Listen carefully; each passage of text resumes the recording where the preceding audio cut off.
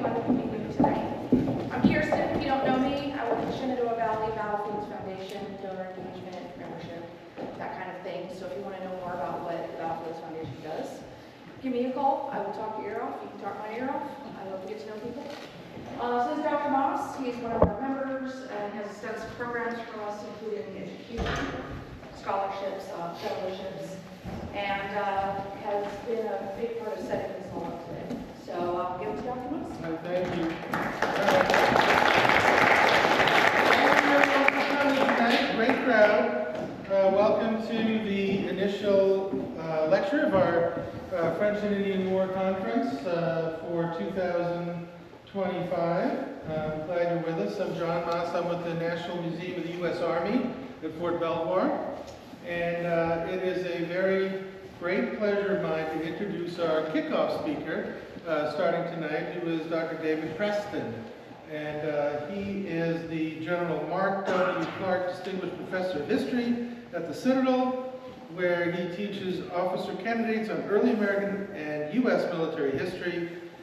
And he is the author of several books, most notably, and I can definitely attest to that, one of the best books on the French and Indian War that has been written to date, which is Braddock's Defeat, the Battle of the Monongahela and the Road to Revolution, which received the 2015 Gilder Lamron Prize in Military History and several other awards. He's also the co-author of The Other Face of Battle with 3 other historians that came out, I believe, 2 years ago, which is another excellent book. He's a prominent lecturer, and he has come up to us to visit us from the warmer climes of South Carolina. So without further ado, I wanted to introduce my friend David Preston.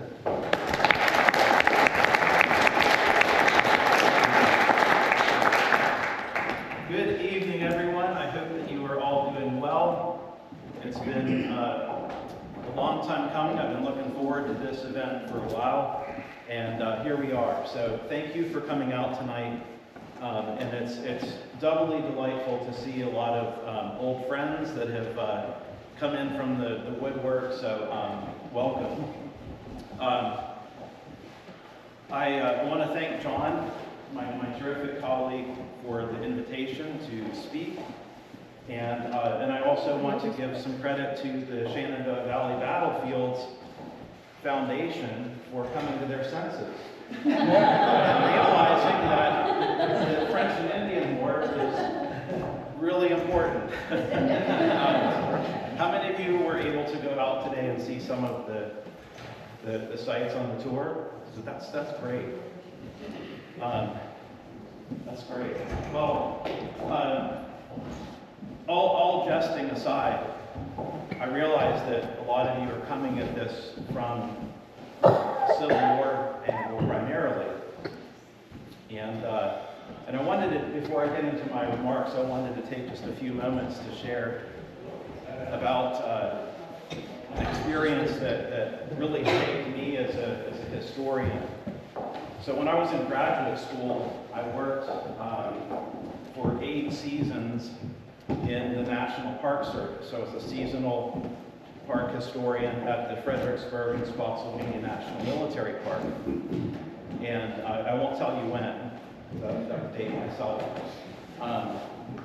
But it was truly a formative experience for me as a historian.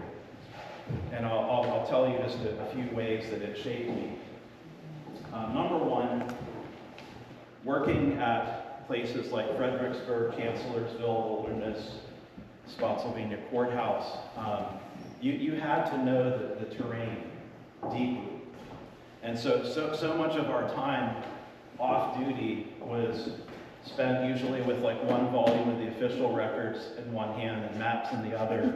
And you're out there bushwhacking, trying to figure out how these armies got from point A to point B. I know you've all done that, right? And so I carried that forward with me into my own research on early American history, the importance of place and really understanding place. And then a second way that the Park Service and studying Civil War history really shaped me was the training and emphasis that we got in the Park Service on cultural resource management, and the kind of holistic way that we were taught to think about the historical landscape. And that is something that also carried forward into my future research on Braddock's expedition in particular.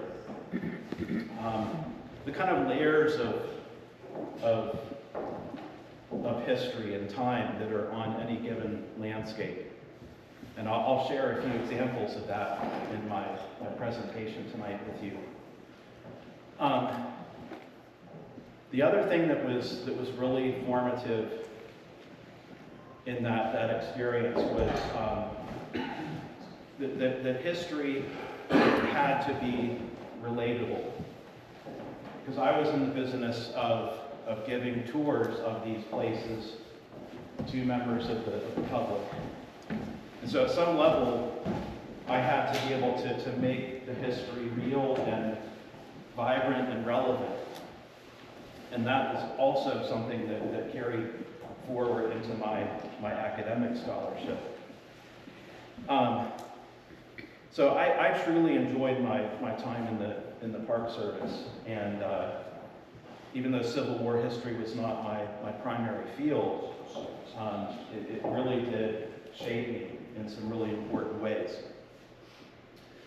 So what we're going to focus on tonight is George Washington and how he is shaped as a young man in this conflict that we know of as the French and Indian War, part of this global conflict known as the 7 Years' War. And you'll hear more about that big picture dimension with John Moss's talk tomorrow. I'm going to try to frame our time together tonight and tomorrow by looking at the two moments in George Washington's career that I think are truly important in shaping who he will become in the future. And if I had to choose one piece of evidence to put before you on the importance that George Washington himself placed on the French and Indian War, it's this letter. And it's written, as you can see there, in July of 1776. So at this point in time, George Washington is commanding the Continental Army. He's in New York City, and he is facing the largest transoceanic expedition that's ever left British waters. Speaking of the expedition of Major General William Howe. And so Washington has a lot that he could be concerned about as the commanding officer of the Continental Army. But yet, in the midst of all of this chaos and stress and the impending conflict that he knows is coming, he finds time to put pen to paper and write one of his old French and Indian War buddies, who was also an officer in the Continental Army, Adam Stephen, who actually was here from the Valley. And Washington tells Stephen, the anniversary of the 3rd and 9th of July, I did not let pass off without a grateful remembrance of the escape we had at the meadows and on the banks of the Monongahela. The same providence that protected us will, I hope, continue his mercies and make us happy instruments in restoring peace and liberty. So Washington is referencing here the 3rd and the 9th of July. The 3rd of July, 1754, the Battle of Fort Necessity, that my colleague Scott Patchen is going to talk about, so I'm not going to steal any of his thunder. The 9th of July, 1755 is Braddock's defeat.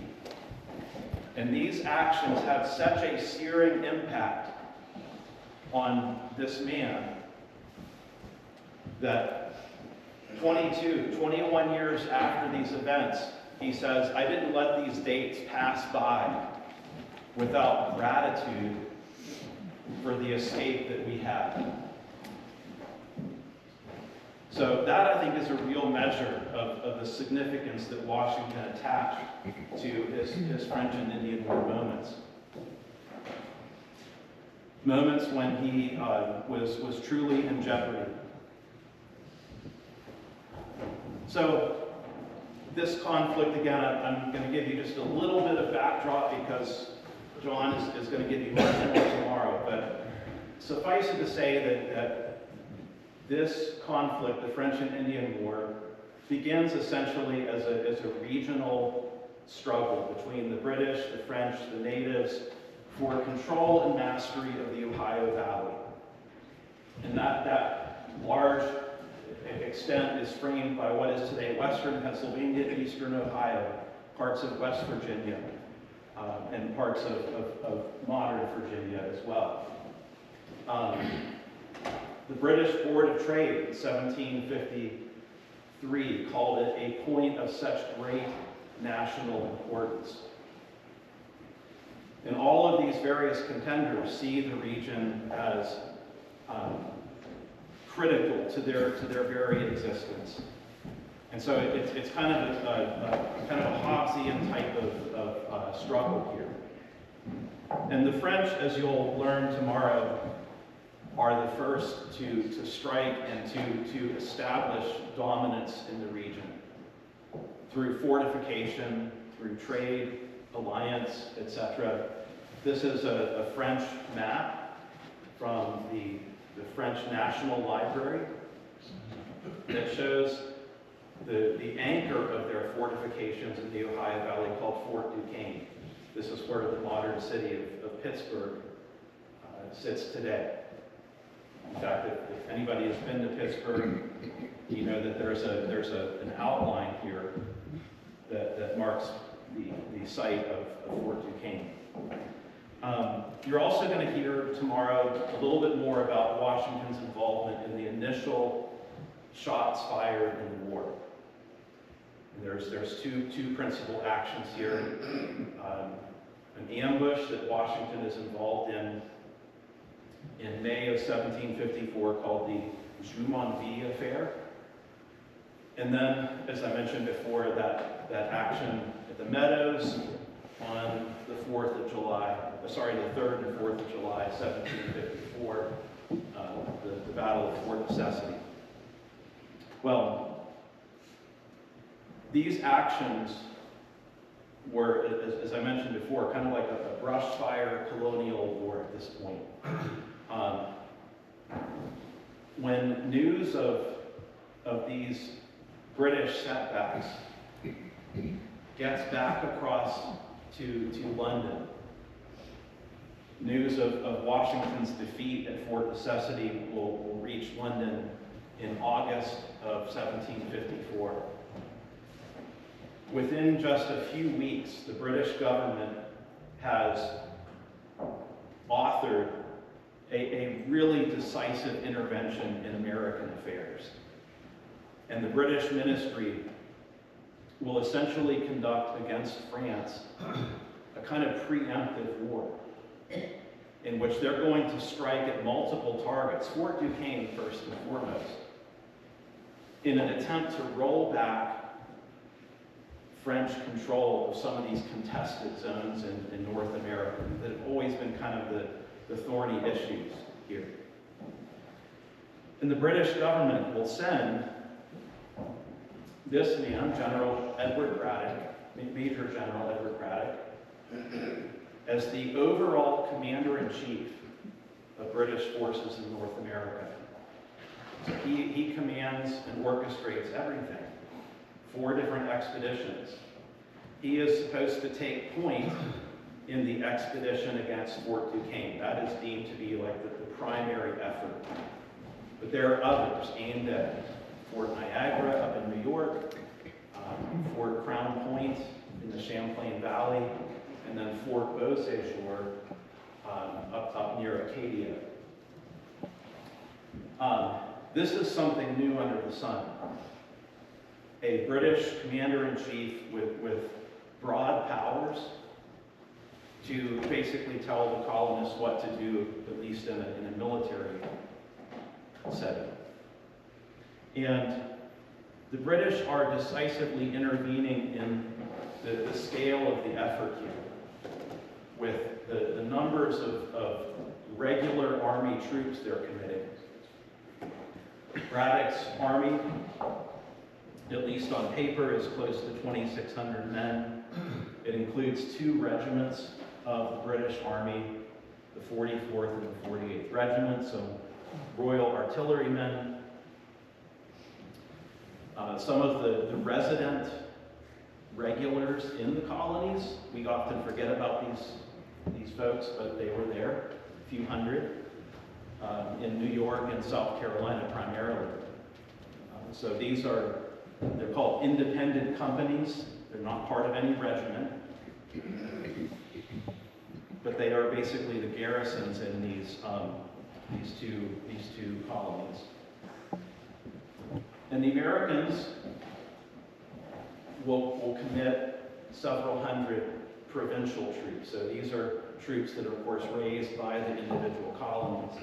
Virginia provides the most, Maryland, and also North Carolina. If you don't believe North Carolina has a role in the French and Indian War, you need to buy John's book. Multiple copies. Yes. But only after you buy this one. One of the strikes against the British at the very beginning of the French and Indian War is the fact that the British are really kind of the nadir of their relationships with native peoples. The British have been very expansive up until this time, and they've alienated and angered a lot of natives that want nothing to do with the British. And a lot of these natives see the French as a far more reliable, far less threatening partner. Maybe the lesser of two evils, but still lesser. So General Braddock, the Royal Navy transports his army and his forces and supplies across the Atlantic, and they will land in Virginia beginning in February of 1755, and they will make their way up towards Alexandria. So this is kind of their jumping off point. If you're ever in Alexandria, go see the Carlisle House, which is the site of something I don't have a lot of time to talk about, but it's a meeting that General Braddock has with a lot of the concerned governors of these colonies where the expeditions are going to be unfolded. So it's kind of a way to orchestrate the whole British effort. What Braddock discovers in Alexandria is that war in North America is exceedingly difficult.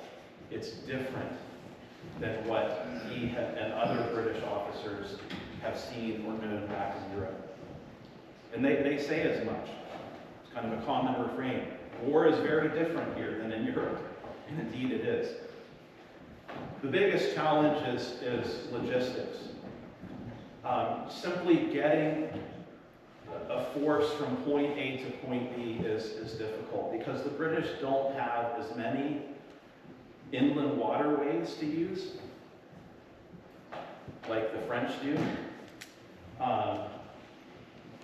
Something else that makes this expedition difficult is the fact that it's really the first time the British have tried to project this size of a force overland and westward, where there are very little established road networks. In fact, the logistics is so difficult that from the very beginning of the expedition, Braddock has to divide his army so that they can march through two different colonies just to supply themselves with wagons and horses and other foodstuffs and things. is. So here you see one branch of Braddock's army, including the general himself. They're going to go up here to Frederick, up to a place called Conococheague, and then they will cross into Virginia. Now, I know you're a Civil War audience, you'll appreciate this. This is a reconstructed frame of what was called Dowden's Ordinary. It was one of the encampment points of Braddock's army as they're marching up towards Frederick. And this is a case of, again, the overlapping layers of history, because in 1862, the Union Army is going to come up the same road during the Antietam campaign. General Braddock would also cross the Monocacy River, basically right in the heart of the 1864 battlefield.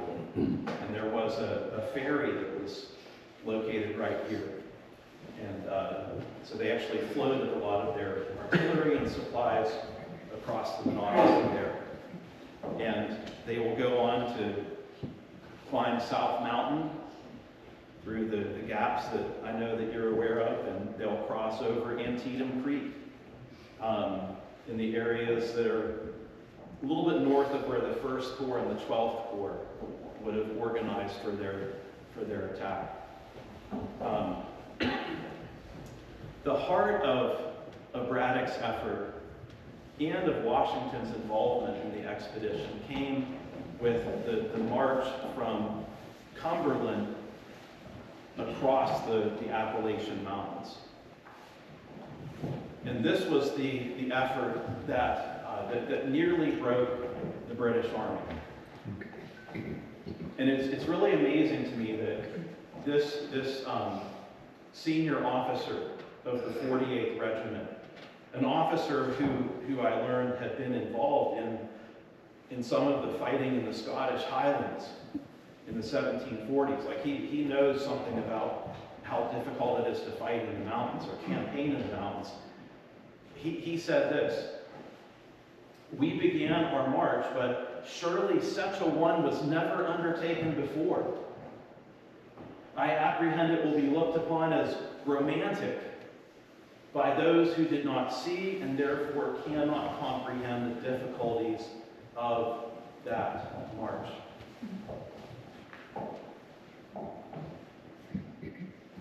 And this was arguably General Braddock's greatest success, was building a well-engineered military road across the Appalachian Mountains, where none had existed.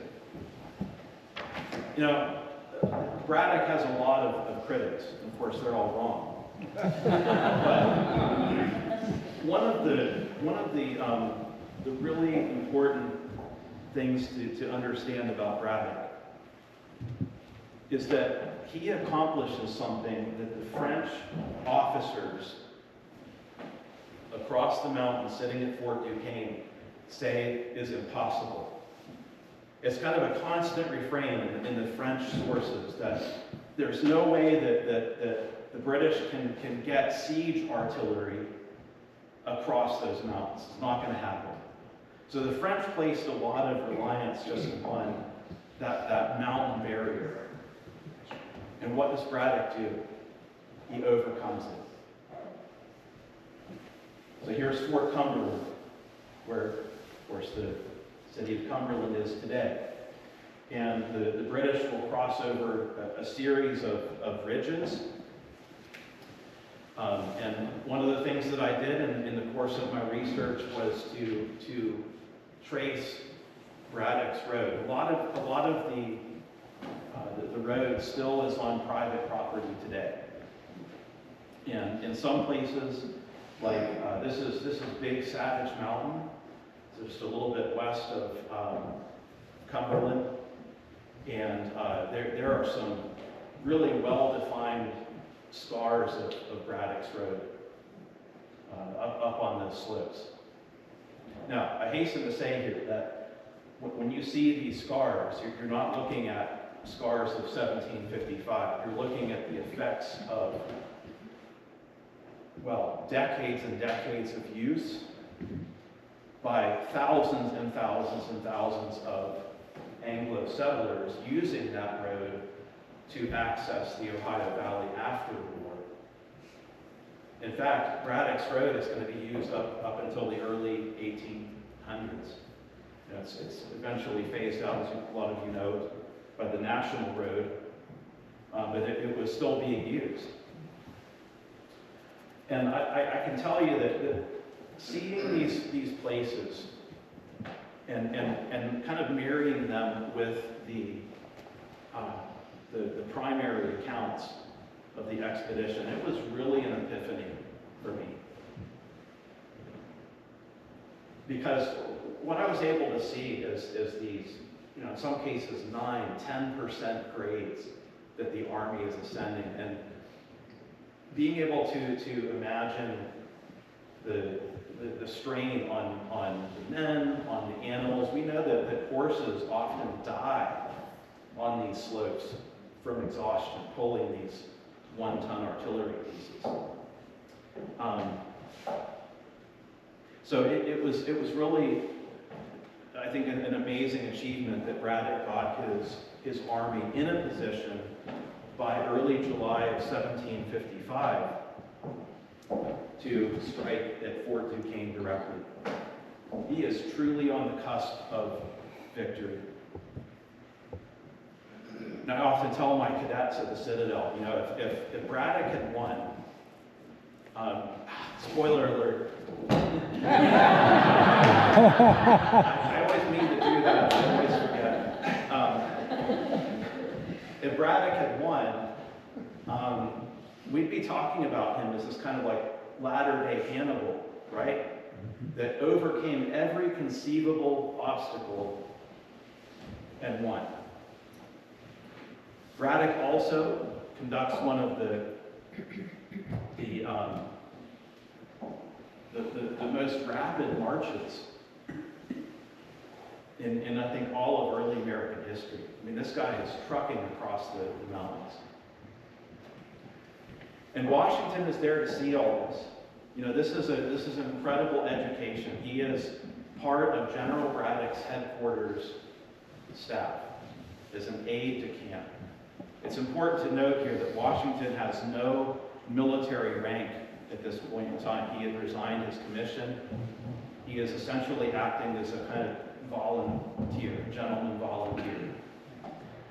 But he is right there with General Braddock, and he is seeing how the British operate. And it must have been eye-opening for him to see them accomplish something that he could not the year before. I'm speaking here of the fourth necessity effort.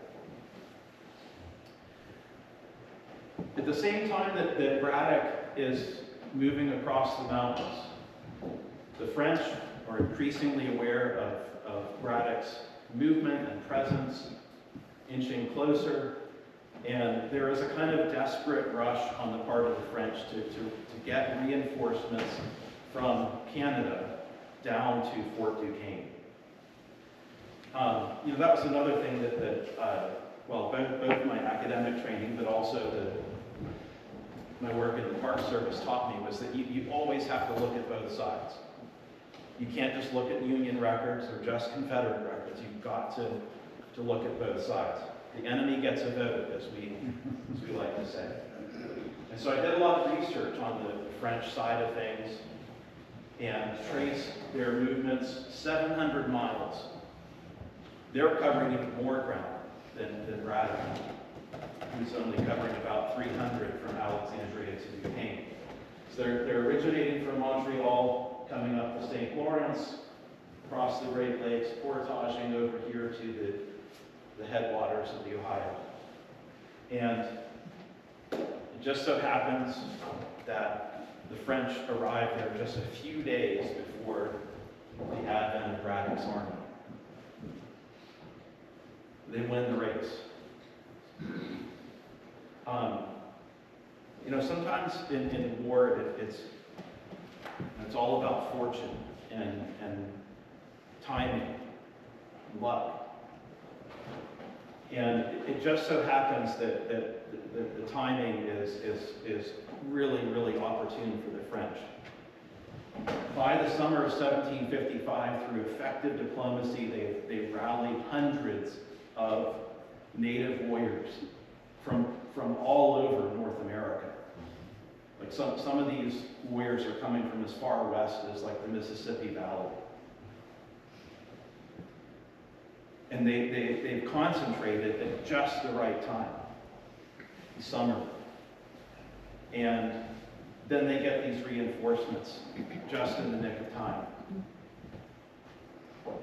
And the French have something on their side that the British really do not, and that is a degree of experience, deep experience, in how to fight in North America.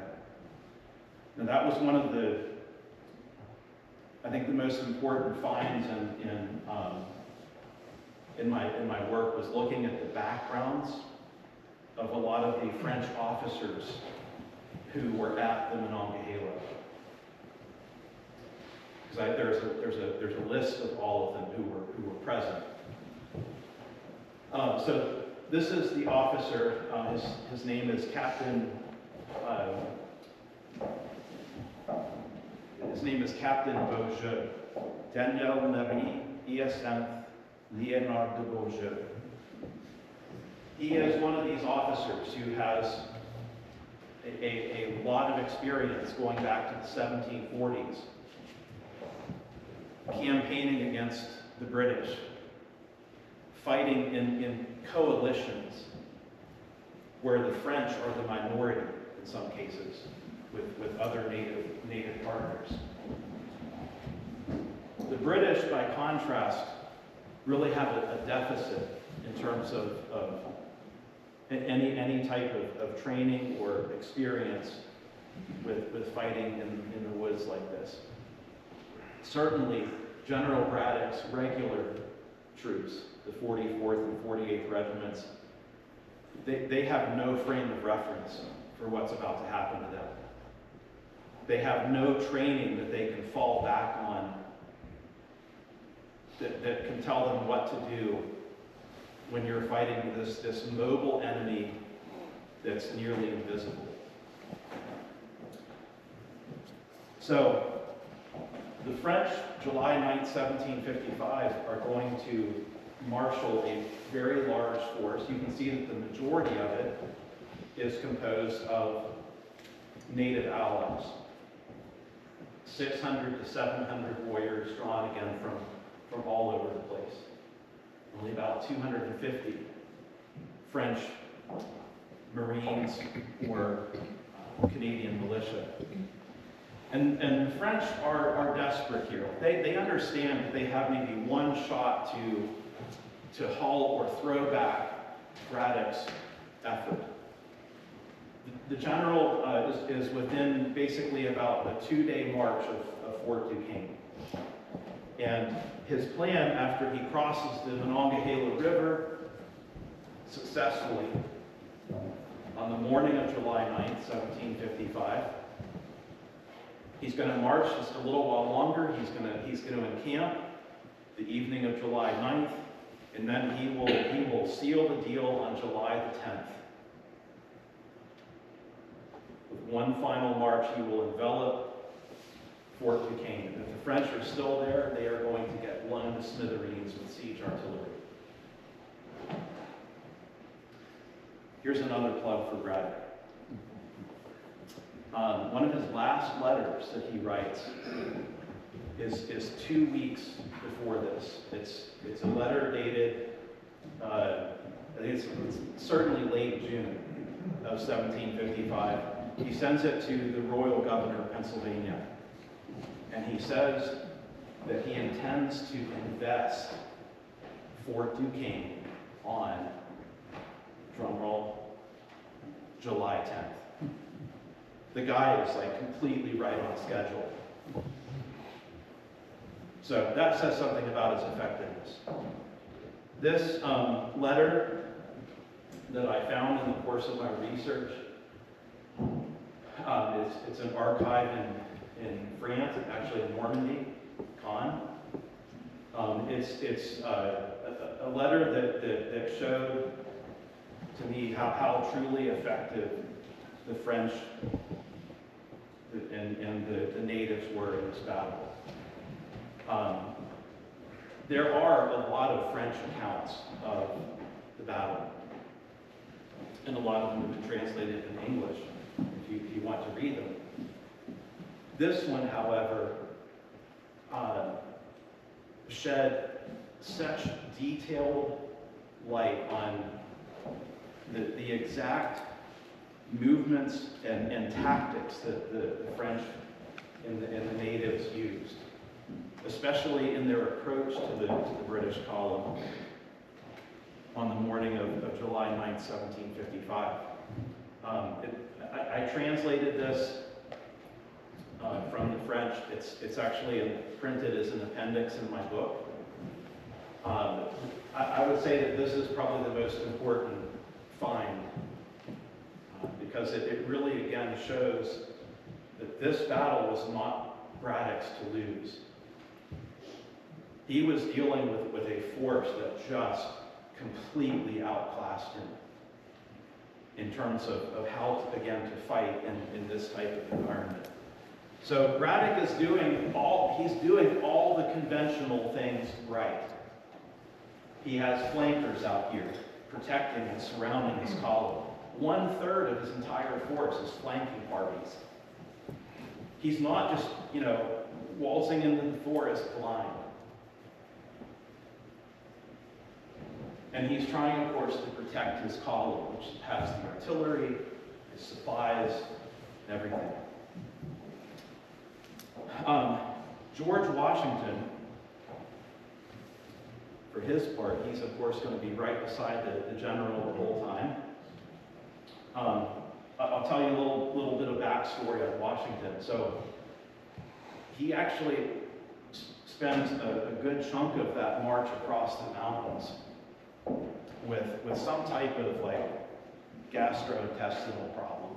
Might have been probably dysentery. But Washington is in agony.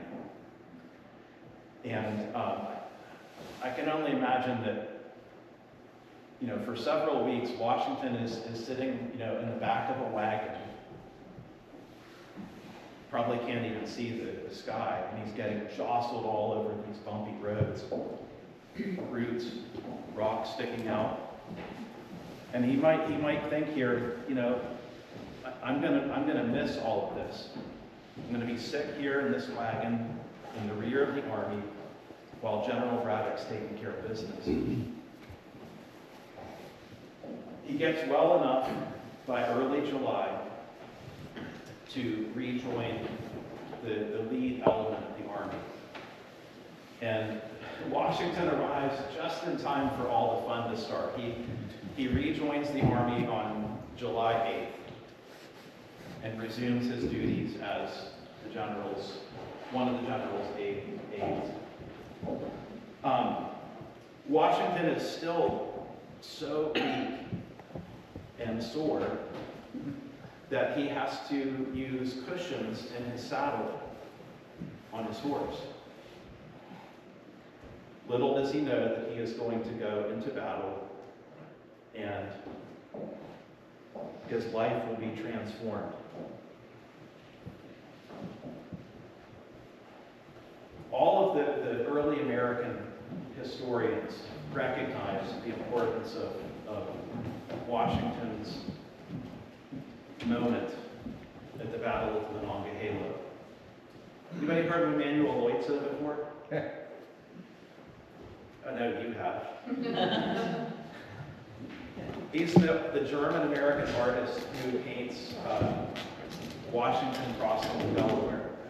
He actually did a series of paintings that depicted these kind of key moments in Washington's early life. And one of the subjects he chose was Braddock's defeat at the Monongahela. And this particular scene shows Washington helping to rally the British late in the battle when it's gone. The British regulars are retreating, and it's Washington and the colonials who are actually standing their ground. And that was kind of the moral of the story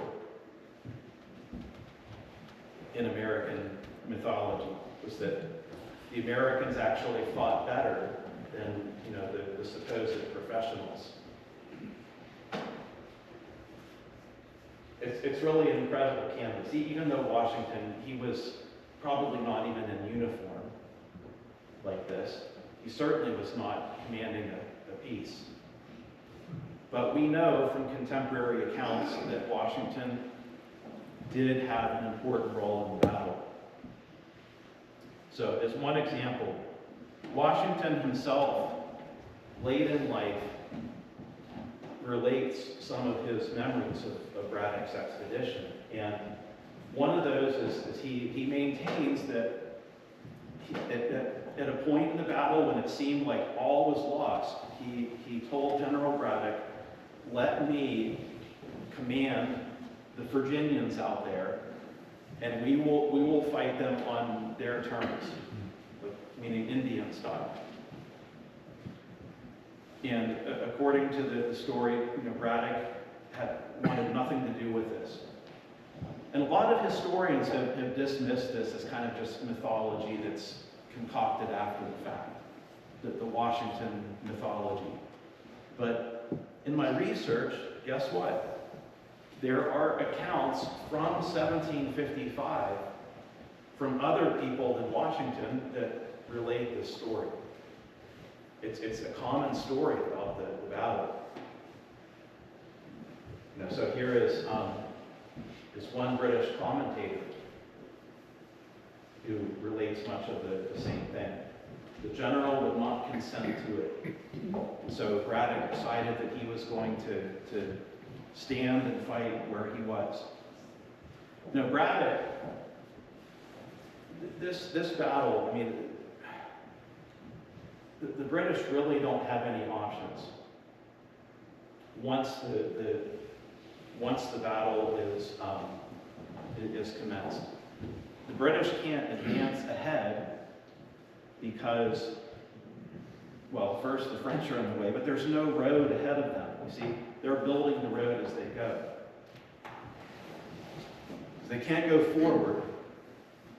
They can't really go backward and conduct some type of fighting retreat with all of their supply wagons, all their artillery, and they would have to cross back over the Monongahela River under fire, under attack. That's not an option.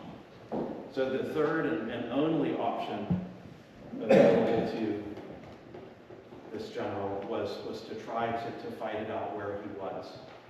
And in that effort, the British were failing miserably. Everything they tried to do did nothing to remedy the situation. So, this battle is quickly summarized with a quick statistic that at the end of this battle, which lasted 4 to 5 hours, think about that. 4 to 5 hours. 2 out of every 3 British combatants who crossed the river were killed or wounded. I mean, it's like unimaginable outcome for Britons in that time period. They did not expect that a professional force bristling with firepower would be so devastated by irregulars carrying nothing more than muskets and tomahawks and ball clubs. So it was a shocking outcome, and the French achieved this at very minimal cost. Washington has just experienced some of the worst things that war can offer. He's witnessed something that maybe even British regular officers never experienced. The collapse, the near destruction of an entire field army. And this, in a sense, is a low point for Washington himself. But in so many cases in Washington's life, out of these moments of disaster, misfortune, often spring seeds of future, well, dare I say, redemption, where these things work for him in ways that he could have never imagined. So carry this forward. Washington, after Braddock's defeat, was seen, especially among the colonists, as this very heroic figure. Again, he had helped to save the remnants of Braddock's army. He had helped to extricate the wounded General Braddock off the field. He dies a few days later. And so Washington is kind of lionized as this symbol of British American military prowess.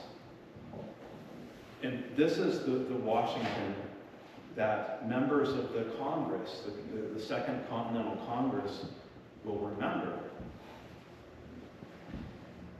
Most, if not all, of those members of the Second Continental Congress in 1775 would have had some frame of reference for Washington's involvement in Braddock's defeat. They knew of his involvement in the French and Indian War and the deep experience that he had gleaned from that. For Washington's part, I don't think he cared that much about the military fame or glory or anything. I always come back to Washington's remarks. These are kind of some reflections that Washington offered late in his life. And indeed, around the same time that the Constitution was written. The originals of these remarks, as a quick aside, are actually at Fort Ligonier in Pennsylvania, historic site, museum, a little bit east of Pittsburgh. Well, I think what Washington was particularly seared by was the horror of this battle ultimately. And when the army got back across the Monongahela River, at least what was left of it, General Braddock ordered him to ride through the night about 55 odd miles to the rear, where their British base camp was located. And so Washington has just fought a battle, and he basically has to stay awake all night, ride back, and try to get help. And on that ride back, he describes this. Again, this is decades after. He says the dead, the dying, the groans, lamentation, and cries along the road of the wounded for help were enough to pierce a heart of adamant.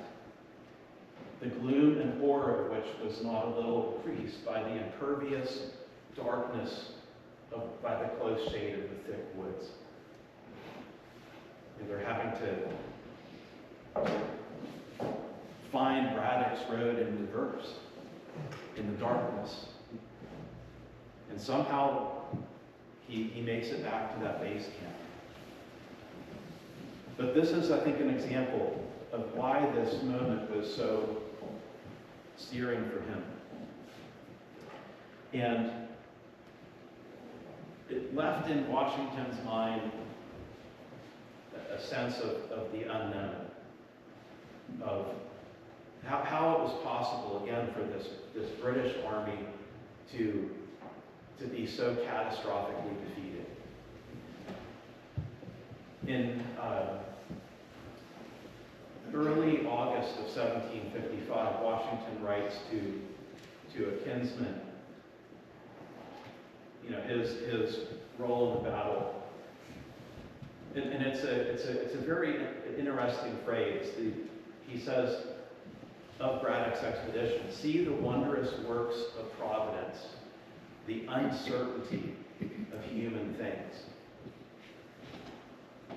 The uncertainty of human things. And I think that is a moral lesson that Washington and other British subjects at that time took from the story of Braddock's defeat. The latter phrase there, the uncertainty of human things, is actually an essay that Washington probably read, written by Samuel Johnson. He's the guy who wrote the Dictionary of the English Language, one of them. So right here, that was one of Samuel Johnson's essays. And so presumably Washington was referencing this very work. So I think what I'll do is stop there. I plan to talk a little bit about John Forbes' expedition and Washington's role in that. But I think this is a good stopping point. The uncertainty of human things. And certainly Washington would experience that in the next few decades as he witnessed the kind of unraveling of the whole relationship between the colonies and the British Empire, something that very few could have anticipated. So with that, I'm going to stop, and I would love to hear your questions or comments on anything I've said. Thank you so much.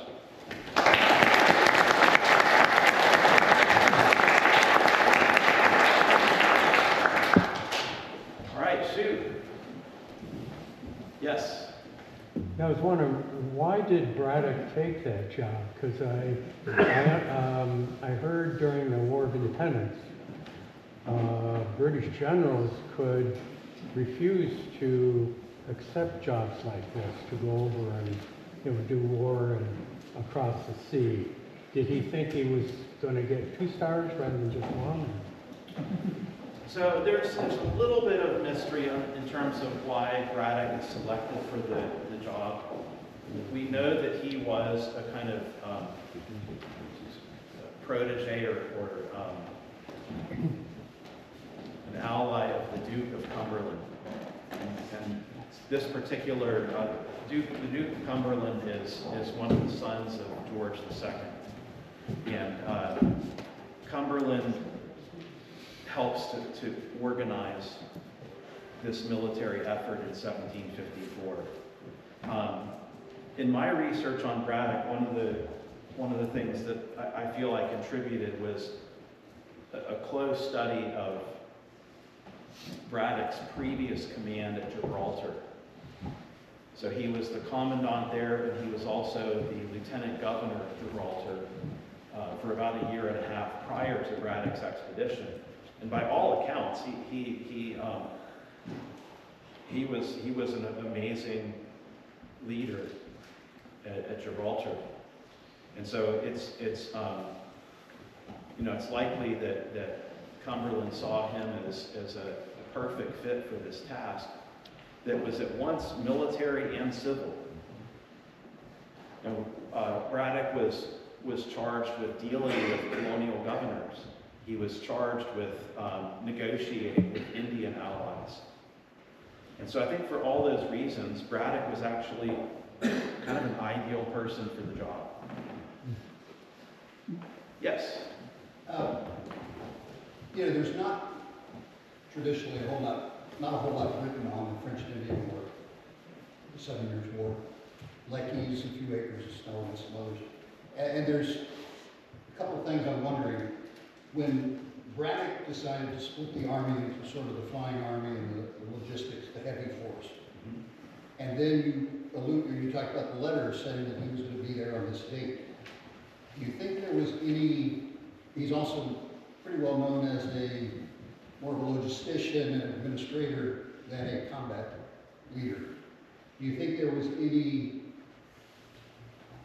oversight, that he was trying to meet his own time schedule, that he may have shaded some other areas that he could have paid more attention to? It's a great question. If there's one thing that might have saved General Braddock, or at least given him a fighting chance that day, it would have been some more like long-range reconnaissance. Now, it's not that Braddock didn't do that. In fact, a scouting party had journeyed all the way to the vicinity of Fort Duquesne just a few days before the battle. But the information they bring back is negligible. You know, either presumably the scouts got nowhere near the fort to see close to 1,000 people mulling around. So Braddock seems to have had poor intelligence, military intelligence of what's happening on the French and the Indian side of things, whereas the French have far better intel. But and Braddock had some reconnaissance out front of his column on the day of the battle. They were only a few hundred yards ahead. That was Gage? This was even beyond Gage. Yeah. So, you know, if he had you know, reconnaissance out like a mile ahead, and that recon force comes back and says, hey, General, there's 3 columns of French and Indians bearing down on you. What that does is that it gives him a chance to maybe organize a defense, maybe set up some type of perimeter. But most importantly, it gives his rank and file soldiers psychologically a chance to realize that they are about to face battle. Because what happened on July 9th was that by the time these scouts came back and said, the Indians are upon us, well, that they really were upon them. You know, and at that point, all of the momentum and initiative was with the French and the Indians. So, great question. Braddock, by all accounts, behaved with exceptional bravery in battle. In fact, he was mounting his 5th horse. So he had 4 shot from under him. He was mounting his 5th horse when he was shot through the lung. Yes? Thank you for I read your book years ago. Please don't test me on it. But what was interesting to me particularly is some original research you did in France. You mentioned the letter of Khan. Any other insights you might share from that? Because I don't think the American and British side, or what I grew up with about the French Navy War, had that research to inform it. Right. So that letter that I showed, all of the other French accounts, there was kind of this black hole where there was really no information in the extant French accounts of what exactly happened from the moment that the French Indian force departed Fort Duquesne to the moment they struck Braddock's column. Like what exactly, where did they go even? What route did they take? What type of tactic were they planning? And that document it filled in that black hole. So with that, I was able to show the exact route that the French and the Indians were using. It also established that Captain Beaujeu had sent out scouting parties, native scouting parties, that returned to him with 2 vital pieces of intelligence. One, the fact that the British had already successfully crossed the river. And the French were, in fact, intending to ambush the British at the river crossing, which is what the British expected, by the way. And then the natives also provided Captain Beaujeu an exact description of Braddock's column.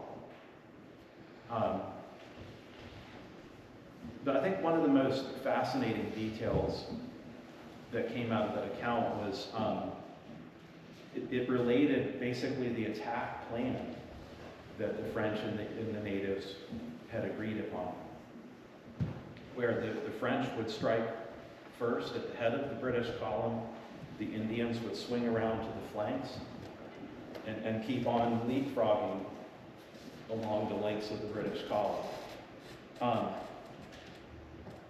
It says so much about the French officers that were there that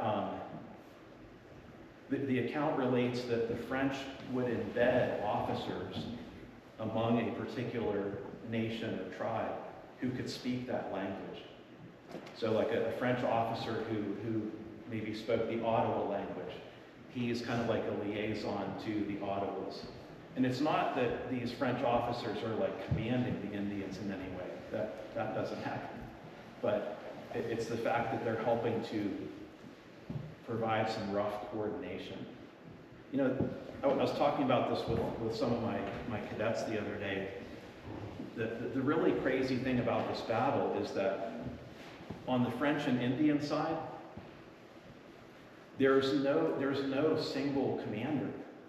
I mean, Captain Beaujeu's kind of like the closest thing, but he cannot command this mobile force that's already dispersed along the column.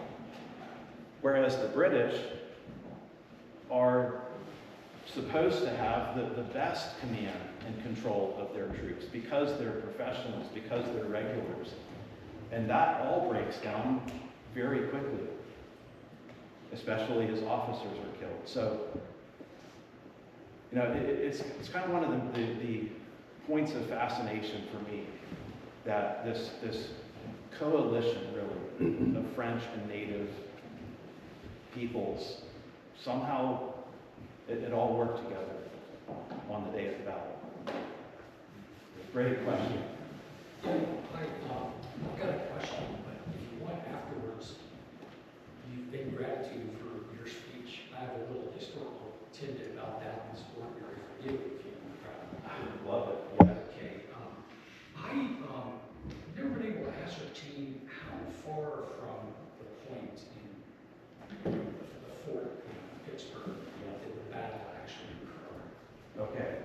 So the French accounts say 9 leagues, which is roughly about 11 to 12 miles, English miles. And that was indeed like one of the details that I had to work out was where were the British intending to go? Like, what was their route of advance? And how did the French and the Indians exactly get from the fort to the battle location? You know, these are again the questions that I learned to parse well in the National Park Service.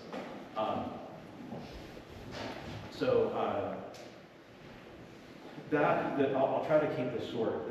The short version is that I was able to, through collecting several manuscript maps, both French and British, I was able to piece together some of the trails or Indian path networks in that area. Probably one of the best depictions of the French route, though, is from a French map. It's at the Library and Archives of Canada in Ottawa. And you know, it shows kind of the triangular peninsula, Fort Duquesne, and it has a little pit line that shows the French advancing, and then they cut kind of southeast towards the Monongahela. So they kind of advanced northeast, then swung hard right towards the south. But those are again like the details that make all the difference. And when by the way, when you follow that route on like today's map, it equals the 9 leagues that the French were talking about. So, yes. We're in the business of saving battlefield land. I understand this battlefield has been destroyed. Why is that? Why, in your judgment, has that happened? I could really throw Andrew Carnegie under the bus. Um, it is really surprising that so much of this battlefield is lost and subject to industrial and urban expansion. I'll give you a little bit of a glimmer of hope that. So I'm actually on the board of a small museum in Braddock, Pennsylvania, called the Braddock Battlefield History Center. Has anybody been there by chance? Awesome. That is terrific. That makes me happy. This is a small museum. It's owned and operated by Fort Ligonier. And the beauty of this site is that it's literally at the exact point where the battle breaks out in 1755. And despite all of the urban and industrial development in that area, you can still see a lot of vestiges of the 18th century terrain. I'll give you let's see here, did I? You all see this little feature right here?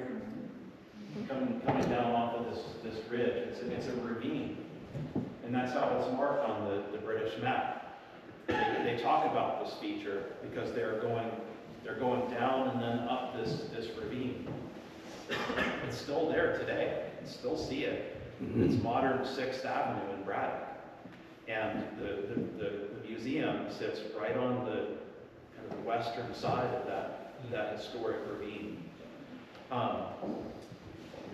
So there is a little bit of preservation going on there. But yeah, I think the real culprit is the big steel works that was established there in the 1870s, called the Edgar Thompson Works. And so where Washington, I don't know what I just did here. Where Washington conducted his rear guard action,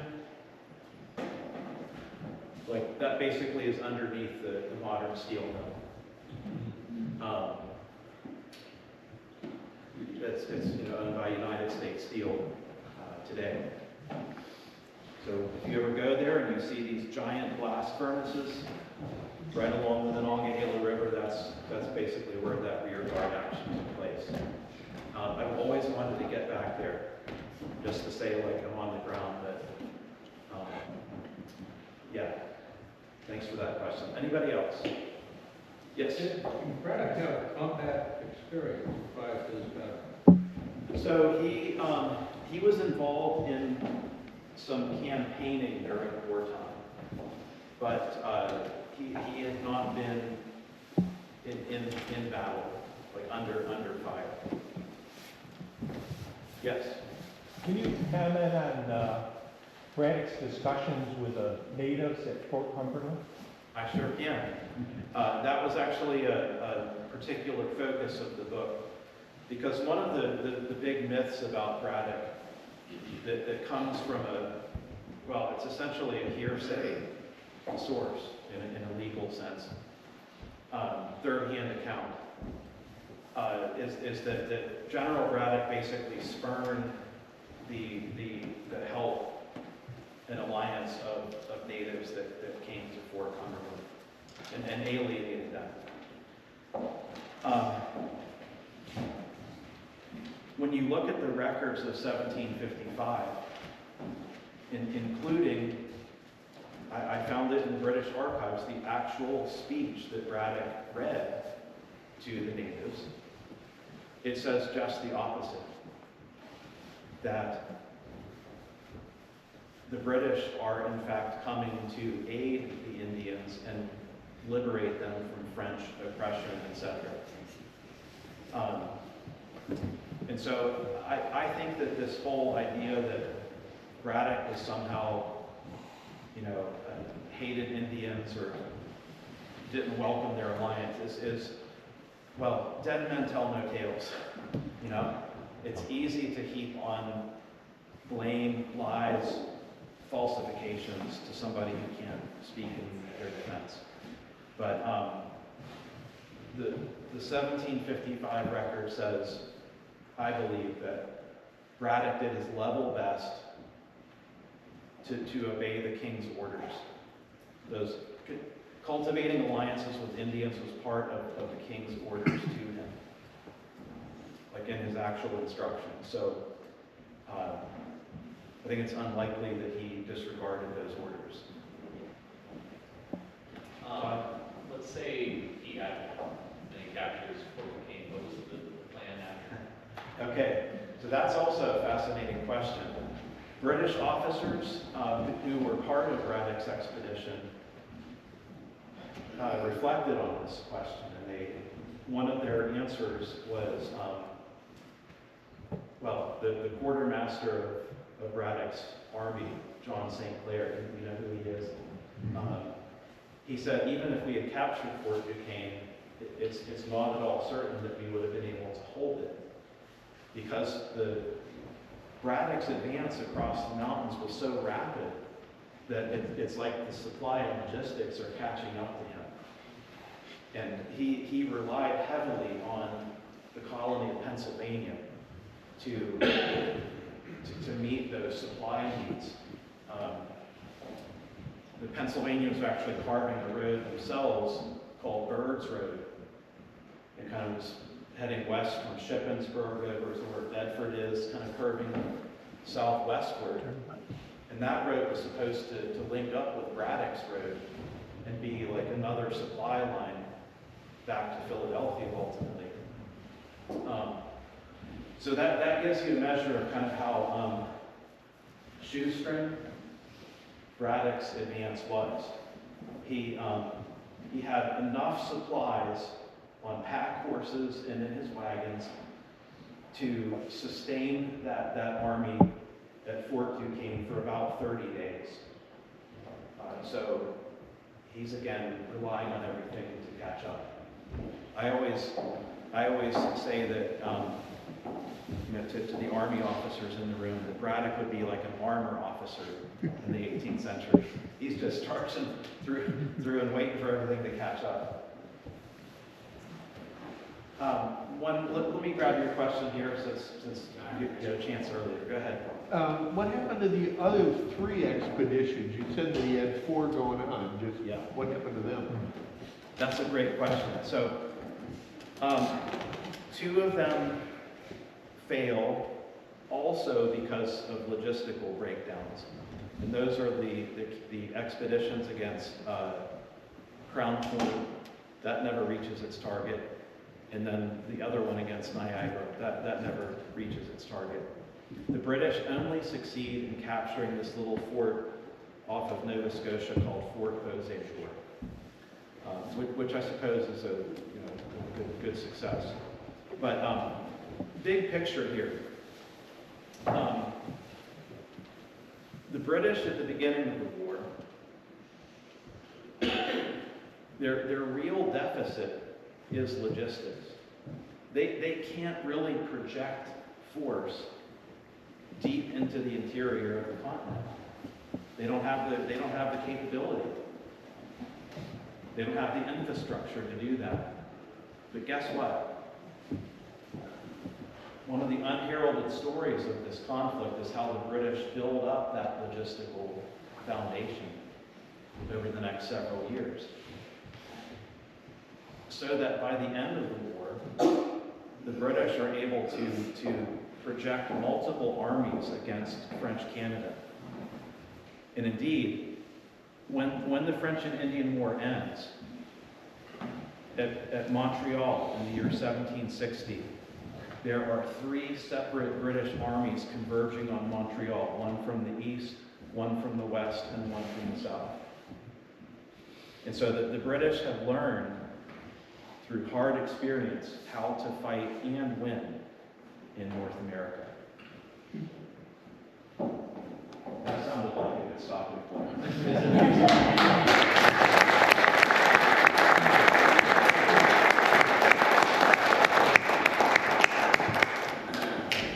And I'll be out here at a small desk if you wish to purchase a copy of my book. I'll be glad to sign it for you. But I really think you've been a great audience tonight.